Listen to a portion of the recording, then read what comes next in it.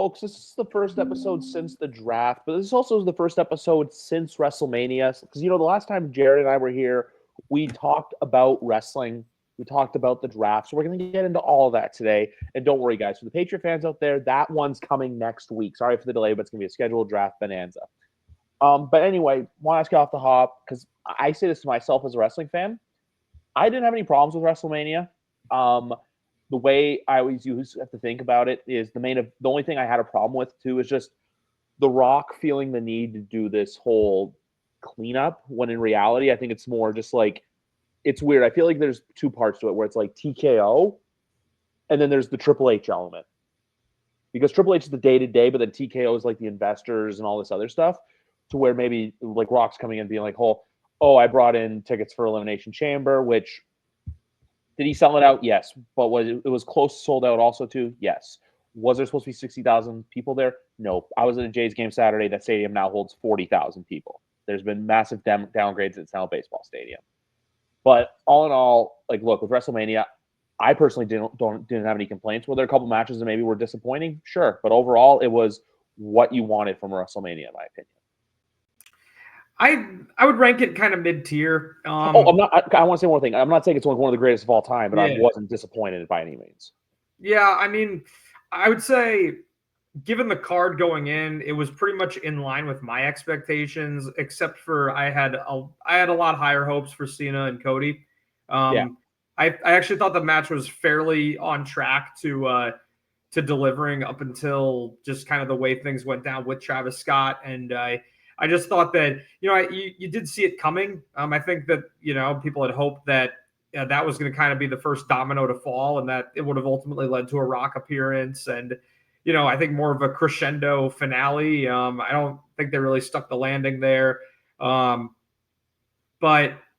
yeah, the match was, I think it was slow, but it was getting there. And then I thought that the staging of the Travis Scott stuff, and as somebody who's very sympathetic to the idea of non-wrestlers getting involved in matches, I just thought there was a better way to do it. If, in a perfect world, I think that you don't have him actually make such a grandiose entrance and coming down the ramp. I think that if you had him planted at ringside, and where he could kind of make a surprise appearance, like where Cody is about to get the win, perhaps, he's got a cover, and then he hops the rail, he pulls the ref, and then Cody pulls him into the ring and gives him the crossroads. And it happens in more of, a faster paced manner, where rather than the whole match grinding to a halt, because that's kind of what it felt like, and it kind of, stalled the momentum a little bit. But Cena winning the title was the right move, obviously.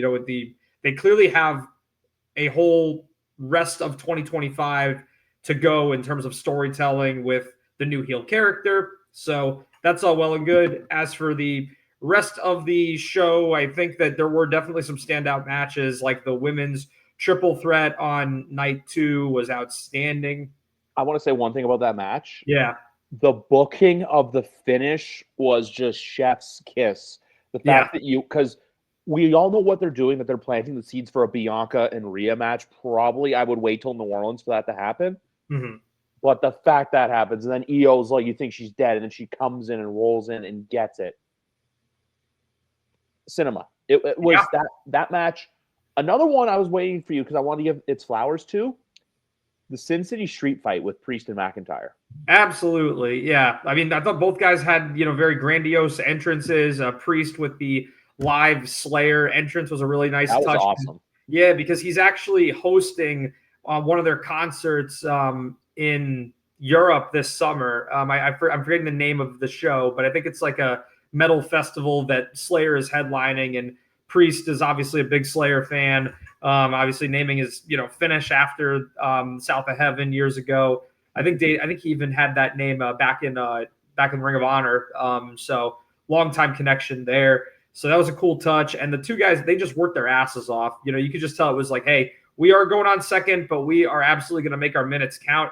And it really kind of contributed to, I think that night one had kind of, I think, a little bit of dead air in the middle on that show. But night 2, I think that the crowd engagement pretty much beginning to end was a clear step above. And I think a big part of that was this match delivering at such a high level. And it's funny too, because we had heard that, both guys were kind of ho-hum on the on the program, or like Drew, does Drew deserve a higher placement on the card? And sometimes that creates magic, because when you have two guys that are kind of coming into the show with the chip on their shoulder, both thinking that like maybe we both deserve to be higher up on the card. Well, let's go show everybody what they're missing out on. And they really worked hard with a lot of big bumps, a lot of table breaks and stuff like that. Yeah, I thought that match was really, really good. That one was really good. Even the Fatal 4-Way Intercontinental title match, same thing too. How it's like, oh, Finn's gonna win, does his thing. He's out of there. Dominic comes in, steals it. Yeah, because I love the fact too with this WrestleMania, you're basically planting seeds for the future. Goes back to Saturday night with the Rollins heel turn. You have the Bianca Rhea dynamic, the Finn and Dom dynamics. We all know that's eventually going to happen. The only one I was kind of like disappointed in was the women's tag, because it's another stupid like, hey, give Becky Lynch her flowers, and then the next night to turn, which in theory is kind of come back to earth though, because now you're using it to help get Lyra over, which I'm not totally mad about. I just hate it when they do like, hey, you get a one-day title reign to get your Mania moment, kind of what we saw from Ryder and Dallas at 32, And then AJ Styles, Logan Paul is another one, which I'm here to say this right now, and I don't know who's listening. But I do know someone who's listening, by the way. Shout out Randy Osgood. It was his birthday 2 days ago, so happy belated to you. The fact that when Logan wins the world title, one of the world titles, it is going to piss a lot of people off. But I really think he's someone who, hey, he'll have earned his flowers by then. Yeah, I think that Logan Paul's work in WWE has been great. I mean, obviously on a personal level, like I mean, maybe he's like a New Age Miz, no? What was that? New Age Miz, kind of like right, how Miz. Right.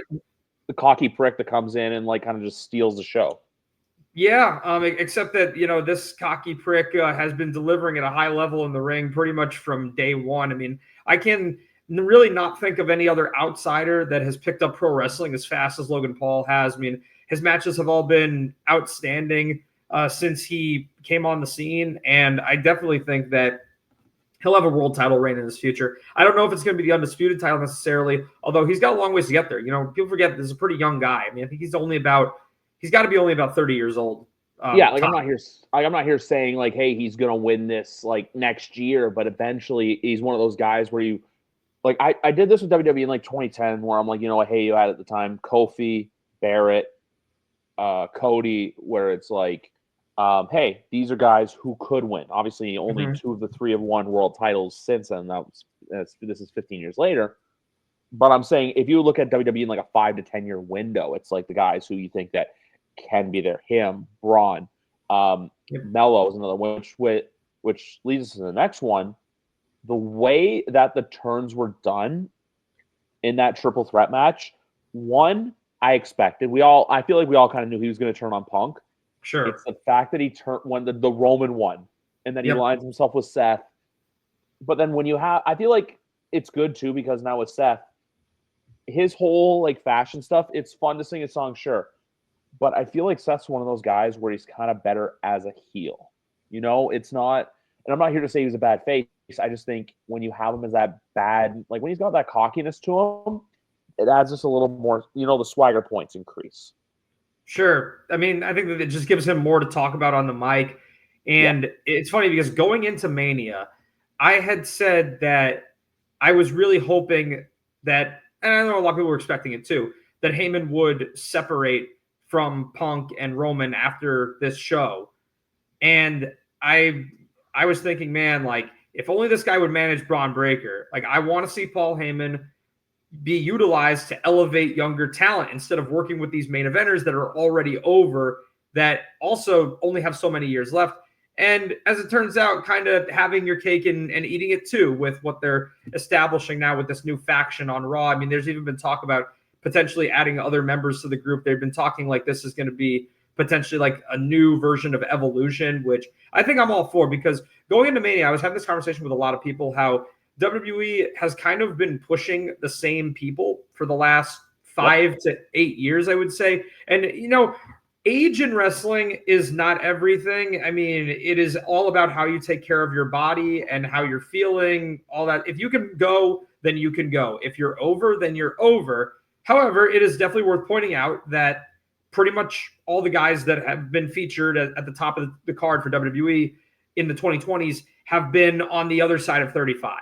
And a lot of these guys, I'm not looking at them and thinking, oh, like Roman Reigns is washed up. I'm not thinking Seth Rollins is washed up. But when you hear Roman Reigns in interviews talking about how he probably only has a couple of years left, Jey Uso talking in interviews, he only has a couple of years left. We know that CM Punk is in his mid-40s. It's time to, and if you compare to AEW, where AEW, a lot of their top guys are more in that 28 to 32 age bracket, WWE has that talent on their roster. We've known that Braun Breaker has been pegged as the next chosen one. I think for good reason. I think he's earned it. I think he has, all the intangibles. So why not give him the ball and, see if he can run with it? I think that this was a great first step, a good utilization of both Heyman and Rollins to finally give Braun Breaker his first real push. He lost the Intercontinental title, and it's like the classic, symbolic passing of the torch where you lose the mid-card title because now it frees you up to work in the main event scene and not have to worry about how they're going to book this championship. They can just worry about booking you. That's exactly it. It's, hey, get the new, it's not even about get the new blood in there. Cause I know, I know I mentioned Mello earlier too, as a name where I know when he got called up, now everyone's like, oh, what are you doing with him? It's like, guys, just because someone gets called up to the main roster, they have to learn it doesn't mean they're immediately going to get pushed. It's not this, hey, you're here now. Oh, you're expected to have everything handed to you. No, these things are a process. These things take time. And spots are very precious. Any spot on television is so precious in pro wrestling. We can all, Paul Heyman said it best. Sorry to cut you off, but Paul Heyman said it best in an interview actually with Logan Paul, of all people, with Cody, where it was like, hey, Cody, you're in Denver tonight for Raw. We need you in Detroit doing media at 6 a.m. Mm-hmm. Yes, I'm there. Hey, we also need you to go to London, England, and then Miami, Florida. By on Wednesday, we need you to go to London, do this press junket. We need you in Miami, do this. Boom, I'm there. There's so much more to the job that people realize. Because that's the thing, too, where I feel like wrestling fans now, and also I've been seeing way too much of this with the TKO stuff, where it's like, oh, what we had from SummerSlam 22 to Mania 39 was magic, and now it's all this. Guys, TKO is not doing the booking. TKO is not. They may have says in certain things, and they may call certain stuff, like when Rock did the final boss stuff, or even the Cody Soul segment on Elimination Chamber. But the day-to-day booking is Triple H. Sure. And with that, and I know a lot of people are upset about that Netflix show for peeling back the curtain. I kind of like it because it's going to show people, oh, it's not just throw a name at a dartboard and say, hey, this is who we're pushing now. No, I'm excited because I saw the one clip where he's go up to Jay. He's like, hey, we're launching the Rocket Moon to you. It's like, hey, you went out there and you earned your stripes. You earned your flowers. Now it's your turn to be this guy, where there's so much of wrestling fans. It's so much like what we see nowadays with everyone. It's short attention spans, and they're very impatient. They need to learn that patience is a virtue with wrestling, and that good things will come. People just have to wait. That's all. Yeah, no, it's definitely a fair point worth making. I mean, the one thing that I will say in terms of how, the WWE is currently booking the show and formatting things, I want to see more matches on the premium live events. It has been a consistent format in the TKO era that the WWE PLEs are kind of structured like a UFC pay-per-view, where you have only 5 matches on the main card. And it's not, I think that sometimes this is appropriate when you have matches like the Royal Rumble or the Elimination Chamber that are going to take up so much time that, when you got one match that's going to take up almost an hour, it makes total sense. But when you see me, a card like Backlash, that is an example of a type of show that should have 7 to 8 matches, because what ends up happening is you have these 5-match PLEs with a lot of commercials, a lot of dead air in between the matches, instead of, match, finish, throw it to backstage, a quick interview, 60 seconds, boom, entrance for match number 2, keep the momentum going. And what ends up, I think the people that are being damaged by this are the folks that are in, the mid-card roles, because it really only leaves, maybe 1 or 2 spots for those mid-card programs. Like right now we've got, I think, a 5-match card for Backlash, right? We've got, an Intercontinental title match, U.S. title match, Becky Lyra, Cena Orton, and Gunther and McAfee. All of those are fine and all. I just think that you have room for, 2 or 3 more in there, and I think you have a solid 2-hour, 45-minute to 3-hour show. Yeah. So I'm going to look it up right now because I know that, we all know with Backlash too, it's being built off of one match. We know there's one match that's selling that pay-per-view. Because that's the thing. Right. It's 5 right now at the moment. I feel like they're going to add in a 6th with that attack that happened on. I didn't watch Raw last night. I'll be transparent just because of NHL playoffs. It's consuming my life right now. Mm-hmm. But with that attack, you have to figure they're probably going to do Jay versus Logan Paul and it have some sort of like screwy finish. But then also, I love how we live in this world now where everyone's like, oh, there's such a long break between, Chamber Mania. It was like 5-6 weeks. And then it's like, hey, you have this. Like Backlash is this Saturday. Saturday night's main event's in 2 weeks. And then 2 weeks after that is Money in the Bank. Which I'll say, the Saturday night's main event, I don't think is ever meant to be used as something to build stories. I think it's just like a fun gimmick show where, hey, it'll help advance storylines rather than finish them. Meanwhile, Money in the Bank's going to be used to start and finish because, I say start because you're going to have people who win those briefcases, but then you're also going to have, championship matches and other stuff, which Money in the Bank's a fine 5-match show too, because both ladder matches can take 25 to 30 minutes.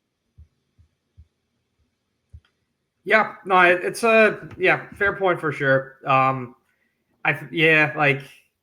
when you get to, again, like some of those gimmicky oriented shows where you have, the match, like in some cases you do get the main events that justify the length, I think. But I think a match like Cena and Orton, it's like that's a solid 20, maybe 25. I guess it's probably the last hurrah. They probably have a lot of things that they want to do, but I think that's like a standard main event length. It's like Edge and Orton at Mania, not their Backlash match a few years ago. Remember the greatest wrestling match? The greatest match ever. The Edge and Orton at Mania. That was a rough one. The last man standing in the warehouse. Yeah, that was a great match. But like I'm looking at the card right now, and even a match like Pat and Gunther, I know everyone's saying, oh, like what are they doing with Gunther? I'm sorry, but if you were to have him just attack those guys and then nothing come out of it, it's like okay, what are we doing? Now this is kind of like, hey, he attacked them. Pat's going to defend their honor. Cole's going to probably be on commentary the whole time doing stuff.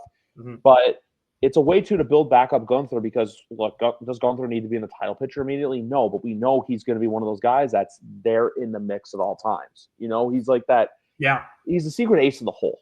You can call upon him at any time, and he can be back in the title picture with a snap. Honestly, I don't see any title changes. Maybe Becky and Lyra. But besides that, I think Jacob Fatu keeps the U.S. title, which I think a match of the night prediction. Mm-hmm. Dom Penta, I think, is a DQ for. I think Penta wins by DQ. So Dom keeps the title, but Penta wins the match. Yeah. Firstly, I just want to call out for Gunther McAfee. I kind of love this story.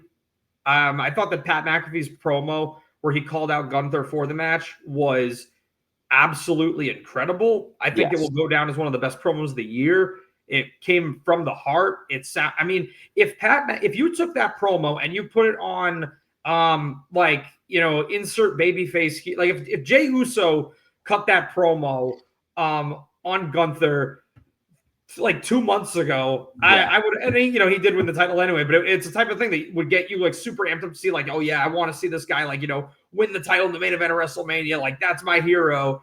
It was awesome. And then you throw in the promo from last night on Raw, where to me, you can clearly see what they're thinking here, which is they are going to have Gunther absolutely brutalize this guy. And despite that, like going in on paper, you think, oh, what are they doing? Like he's in there with a non-wrestler that you have gone from world champion to novelty position on the card.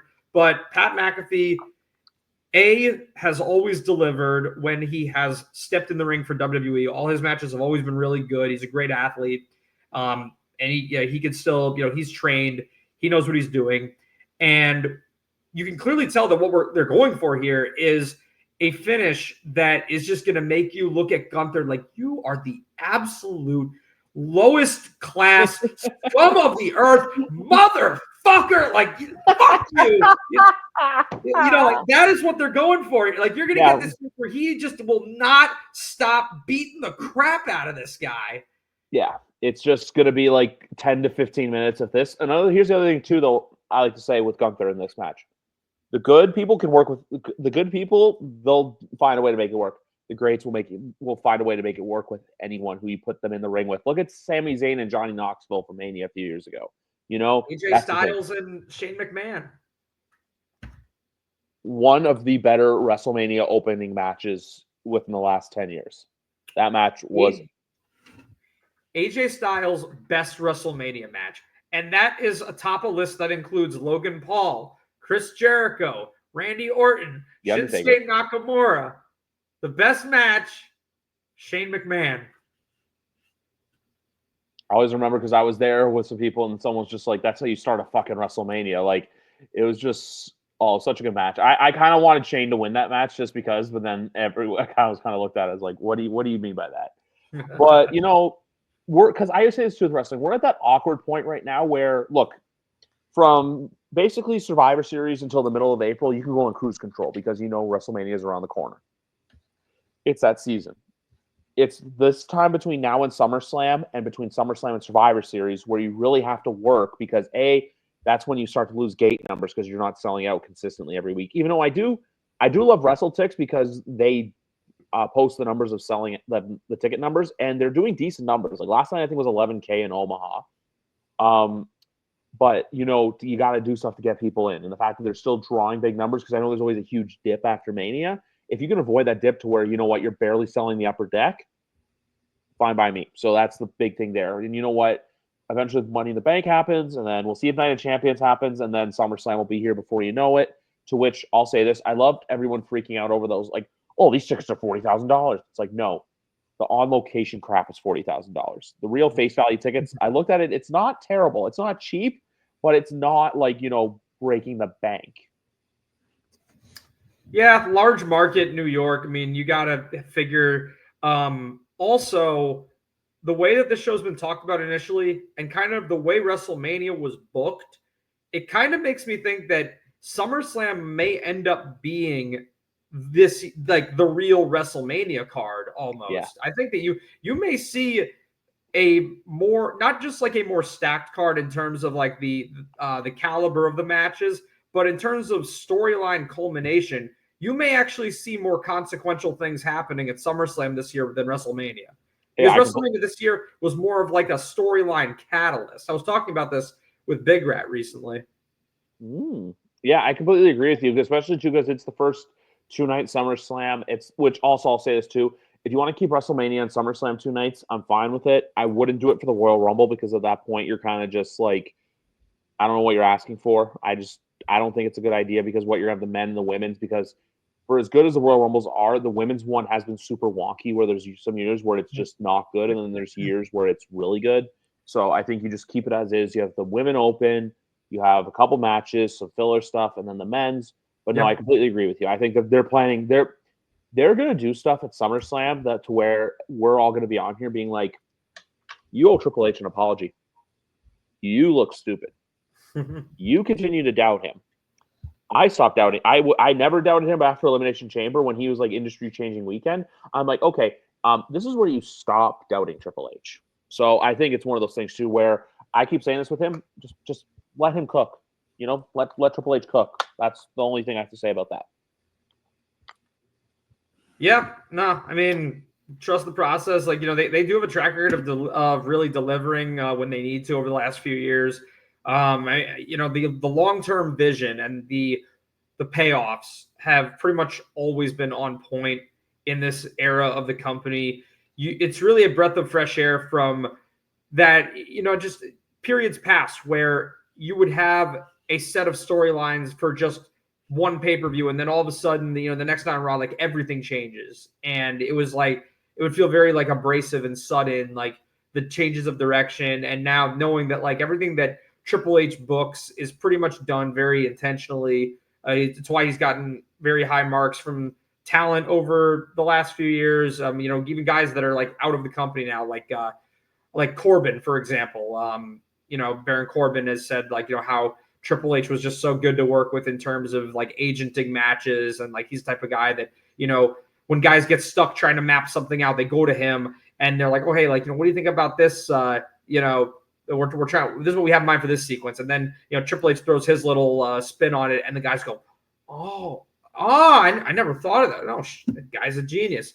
So I think it's really cool that when you have a guy like that, in charge, somebody who's literally had every job that there is to have in WWE, it's just nothing but a benefit to everybody working underneath him. Exactly. And then even the other thing too is I know there's a bunch of releases in which I like to call pretend to be sad about people being fired day that you didn't care about before, even though there are people that care about some people. I'm not, and I know there's the whole thing too with the AAA stuff and Del Rio's contract getting picked up. I wouldn't look too much into that. I think it's just this stuff happens every year. I don't buy the reports of people not working out. I think it's just sometimes there's decisions that have to be made, and it's a cutthroat business. And I feel like there are certain people who did get cut that are going to, go up. Because here's the thing, too. Like, I'm going to give Cora Jade the perfect example. She's the person that had a lot of, like, not backlash, but there was a lot of stuff for her. Go somewhere else, prove yourself, prove your work, come back better than ever. It's happened to a lot of people. Yeah. It's happened to a lot of people in wrestling. Cody, Drew. Yep. Rusev's doing it right now. They're making him look like a brick shithouse, and that's like the best thing for him.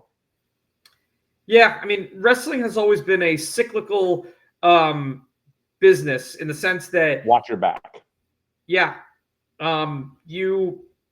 there's only so many spots to go around in each major company, and somebody could be a great fit in one place and not so great a fit in another, depending on the point in time of the current climate. And like, you got to look at every company and think about like, all right, well, like, who's being pushed on which show and how does so-and-so fit in exactly. Yes. And it's why somebody like Swerve Strickland gets cut from NXT, where if he stayed in the WWE system, maybe he has like Carmelo Hayes' spot, potentially.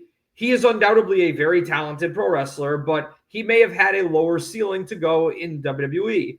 But, he goes to AEW and becomes a top star there, not just being featured in a higher capacity, but probably making a lot more money than he would have made had he stuck around in WWE. And, that's whether that was a mistake or not, because again, like, if you have to look at like, all right, well, if he was there, whose spot would he have instead? Like, who are we taking out of the main event scene to put him in? And sometimes you have to go someplace else to really, you got to go where you're valued. And, that's an example of somebody who, went out, made a new opportunity for himself and made the most out of it. So really, to all the people that got released, it sucks. Obviously, I don't root for anybody to lose their job.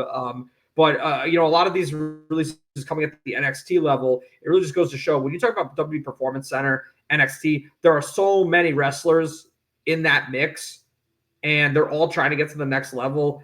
And it's like, with the NFL, you have your initial rosters when you go into, camp and the preseason, they got your rounds of cuts and everything. But then these things kind of always, work themselves around. Like, the cream always rises. And I think that, as long as these people have the right attitude, then, this business has room for everybody. It just might be in different areas. Yeah, exactly. That's great. And it's great to mix it. And I say, too, the thing about, like, people pretending to be cut, like, or it's sad about people getting fired, which, look, I say that jokingly. I'm not serious about it. It's just like hey, the day where everyone likes to pretend someone you didn't care about before, all of a sudden you care now because they lost their job. No, it sucks. We've all been there professionally. But you know what? It's a great way to segue because with the NFL draft just passing business now, you have crops of rookies coming in for all 32 teams because it's that same cutthroat industry where it's, hey, there's someone waiting for you, which I'm weirdly behind a window, even though it's daylight still. But you're waiting for someone to come and take your job. That's exactly what's happening. That happens in wrestling, and that's what happens in football. Now, your team's in a very peculiar spot because did they draft two players that have a lot of potential to be really good? Yes, Abdul Carter and Jackson Dart. But the biggest problem with those two is what numbers are they going to wear? And I'm here to say something with numbers. I have two things to say with numbers.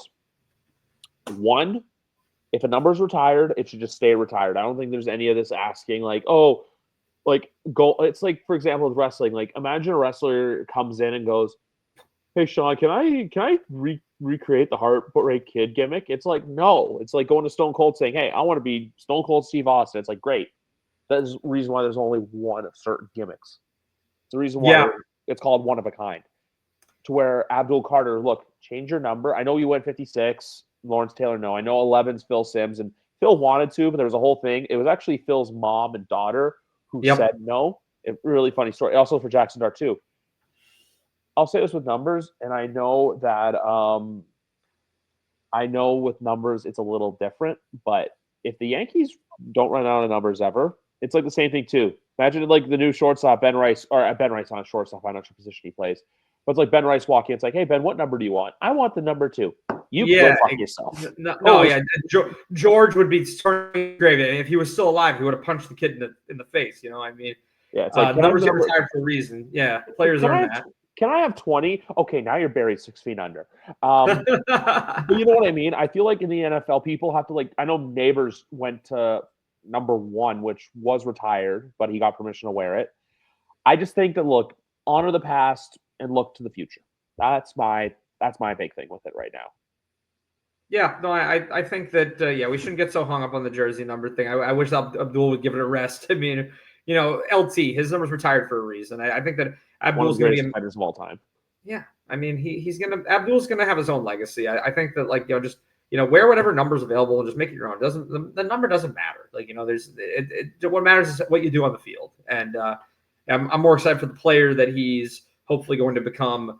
And hope that I think that hopefully this will be looked at as just kind of like can you believe this guy? Like we can just kind of laugh it off, and it's not like a sign of any character concerns or locker room egos or anything like that. But you do have a lot of strong personalities coming into that locker room all of a sudden, but I think in a motivated kind of way. I mean, we're finally getting some talent into the building. I was thrilled kind of top to bottom how this draft went for us.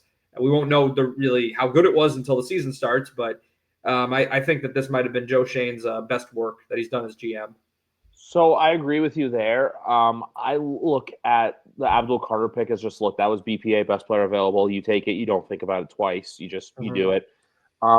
Jackson Dart's an interesting one because there's not pressure to start, but you know that you have an asset in the room to where next year you don't have to worry about being in that quarterback mix potentially. If they want to go and do it still, you can, but you're not going to give up on a first-round pick just like that, just because that happens.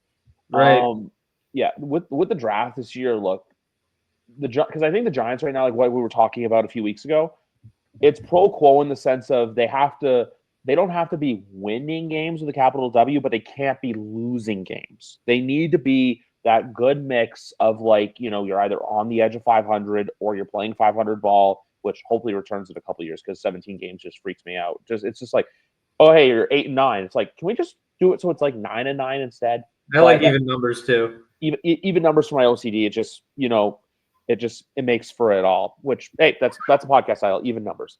But that's where it really comes into play with the Giants, where it's like there's obviously pressure there, but if they can do enough with what they have to go to Tish and Mara and be like, hey, we know how to steer the ship the right way, we'll be in a good spot in a few years. So that's where I think it really can come down to with this team. We're not trying to win a Super Bowl this year. We're not the Philadelphia Eagles. We're the New York Giants. Give us some time and we'll make magic work.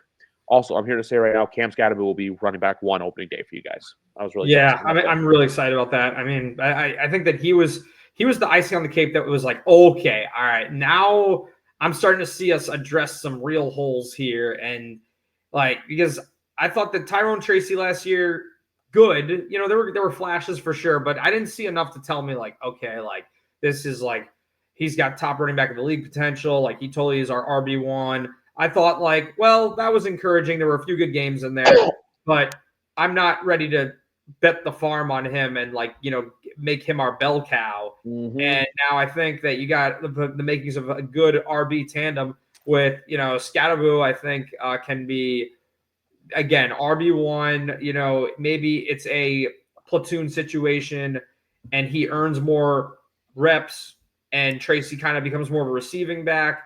I think that now you've got a lot more depth and a lot more talent in that running back room. I mean, this guy's been compared to David Montgomery as far as his running style goes, and he came in, after he was drafted, he basically said that like he thought he was the best running back in the country, and he was pissed that he fell as far as he did. So he's going to be, running, with like a real, like I said, real chip on his shoulder. Like he got something to prove this year. I'm excited to see what he can do in our offense because, we've lacked, that obviously after losing Saquon, Mm-hmm. I don't think that we were really scaring anybody with our running back room last year. So another asset for the new quarterback situation. I think our defense, top to bottom, is looking great. If this isn't a top 10 unit, I think it's a disappointment because I think you stack the secondary and free agency with Paulson Adebo and Javon Holland, and now you look at the defensive line, that front seven with the addition of Abdul Carter to join Burns, Thibodeau, Dex, Okereke, McFadden. Expectations definitely should be high for this group. So I'm with you. I think that if they win less than 7 games this year, I think that it's going to be deemed a failure. I'm not ready to say like, oh, this is like they're totally going back to the playoffs, but I think that they have the makings of being a competitive, scrappy team that will steal some games and play spoiler and maybe like fringe playoff contender. I think that anything Be under that, I think relevant after Thanksgiving. after Thanksgiving, what? Be relevant after Thanksgiving. Yeah, right. And on that note, like that's probably about Jackson Dart time if I had to guess. Yeah, I think honestly, I wouldn't not play Dart unless there's injury because I'll say this with the quarterback room right now. I honestly keep thinking this. I think Russ stays. I think there's a good chance Jameis is traded, especially if we don't hope for it, but injuries do happen. No. I think Jameis is a trade candidate. Jackson's just chills and holds a clipboard for the year, and then DeVito's the emergency/practice squad guy. I think that's what they're going to do because I feel like because they know that look they can get something for Jameis, but if DeVito gets cut from the Giants, no one else is going to pick him up. I know it's he had the few weeks sideshow and he's like very flashy and Sean Shapiro's a very flashy agent, but he's not going to go in somewhere and compete for another job. So I think honestly he's like the safe net security option to keep. Jackson Dart just does his Jordan Love routine, and then you have Russ play unless Russ is cooking, is like what we saw in Denver. Because even Russell with Pittsburgh wasn't bad. It was just they fell off a cliff towards the end of the year, to where Right. they obviously they got cooked. So I think with the Giants, that's what you do because at the end of the day, you're not going to carry we know right now the 4 quarterbacks that are on the roster are not going to be there come August. DeVito's going to get cut. DeVito's totally getting cut. No, I think he is, but at the same time too, I just think he would be like a last day of training camp cut. I don't think he would be like a cut right now kind of player. It also, because like I said earlier, it depends on what the Jameis situation is. Because if there's a team right now who's bad, or if there's a team who has a starting quarterback that gets hurt, that's where the phone call for Joe Shane will be coming in saying, hey, we need a quarterback. We're going to give you more than we should because we need this guy. Will you take? It's like the year when Sam Bradford got hurt. Philadelphia fleeced Minnesota because Minnesota lost Teddy Bridgewater to that horrific leg injury. It's the same sort of logic. That's where I'm coming at it with. Where hey, you have a quarterback. We need a quarterback. Okay, cool. I can control your life into what we pay for that quarterback. Yeah, no, it makes total sense. I mean, I think that Jameis. I could see him making it to next year. He could be a trade candidate. I think if other teams have a need, I think that what they were thinking was that Jameis would be a good backup for next year, and he's available now, and he's available cheap. So let's snatch him up 2 years, $4 million. But again, if you have the opportunity to, maybe scoop up an extra draft pick by dealing him mid-year to a team that actually needs him to play, then it's a good chip to have. I'm tempted to say that I think Dart will wind up playing and starting some games because most first-round quarterbacks, they just do. And it's how fast that happens is going to be incumbent on Russ's performance. It's going to be determined by, of course, if the team is bad. If the team does wind up struggling again mightily this year. If we get off to another 1-6 start or something like that, hope that doesn't happen. I think that could accelerate the path for Dart to get some playing time. But the better Russ plays, the more Dart stays on the bench, and he's definitely going to get some playing time this year. But again, how much is going to be determined by the team success. Yeah, that's exactly it. It's just based on team success. I also say Winston is a trade candidate over Russ, just because Russ's money is more. It was $10 million guaranteed at signing, I think. So you're not cutting that contract. You're not trading that contract. No one's going to want to take that on. That's why you get Jameis at cheap. Plus, you get the second-year option with him, to where, like I said, hey, someone gets in a real pickle and you need Jameis to start. That's where it comes into play. So, and like I said, if that happens, DeVito's a guy that they can cut. And you know what? Hey, probably bring him back, because no one's gonna be running to pick him up. When I look at the rest of the NFL right now, there's only one thing that comes to my mind, and that's, look, people come and go, legends come and go, and we saw that with Justin Tucker getting cut from the Baltimore Ravens. I'm not going to talk about the situation he's involved in, and I don't even think, and I was listening to this because it was Mike Florio who brought it to my attention. I thought it was really tone deaf on the Ravens. I think it was more they were just kind of plugging their ears, because them stressing, this was all based on football, nothing personal. It's like, no, it was personal. The more and more they drag their feet on, it wasn't personal. It just makes them look bad. It makes them look like, hey, we are cutting them because of personal off-field stuff. We are doing this, The whole spiel that they gave, I can understand that it was a tough position to be put in, because it's a lot easier to separate from a player that is newer on a team, doesn't have the tenure. Justin Tucker has been with the Ravens for a really long time. 12 years. He was a guy there in 2012. I think he has 13 seasons. He's one of the longest tenured players, I think, on any team in the league in that time. So when you get a player that's been with the Ravens for that long, obviously what happened was abhorrent and should be dealt with accordingly. But it's like, at that point, it really feels like, well, like a member of your family had, done something like this, where there's a lot of different emotions going on. Because on one hand, you can look at the surface level of the incident, wanting to punish this person that did this, terrible thing. But then your heart is kind of in pieces, because you're like, that's Justin, man. Like, that's the guy who, went and, he picks up my kid from soccer practice, or like, does this, does that, like, gives back to charity in the communities. Like, there's probably a lot of things going through the mind over the last 12, 13 years. Like, when you come, and I think that they wanted to, I feel like they probably did a choppy job of trying to convey that we appreciate everything that we've gotten from this man over the last 12 to 13 years, but you have to, sometimes things happen that you just have to make a decision, and that's what we had to do. So the wording questionable, but I can kind of understand where they may have been coming from, with this whole, because this is not a good situation that anyone wants to find themselves in. No, it's not. It's not. And the fact too that he was such a long tenured player, that he was such a revered and like quote unquote legendary player for them, and everyone's going, "Oh, he did this." No, I'm saying legendary because of how long he played for and how many iconic moments he was involved in. Sure. He owns a record for longest kick in NFL history at 67 yards, I think it was.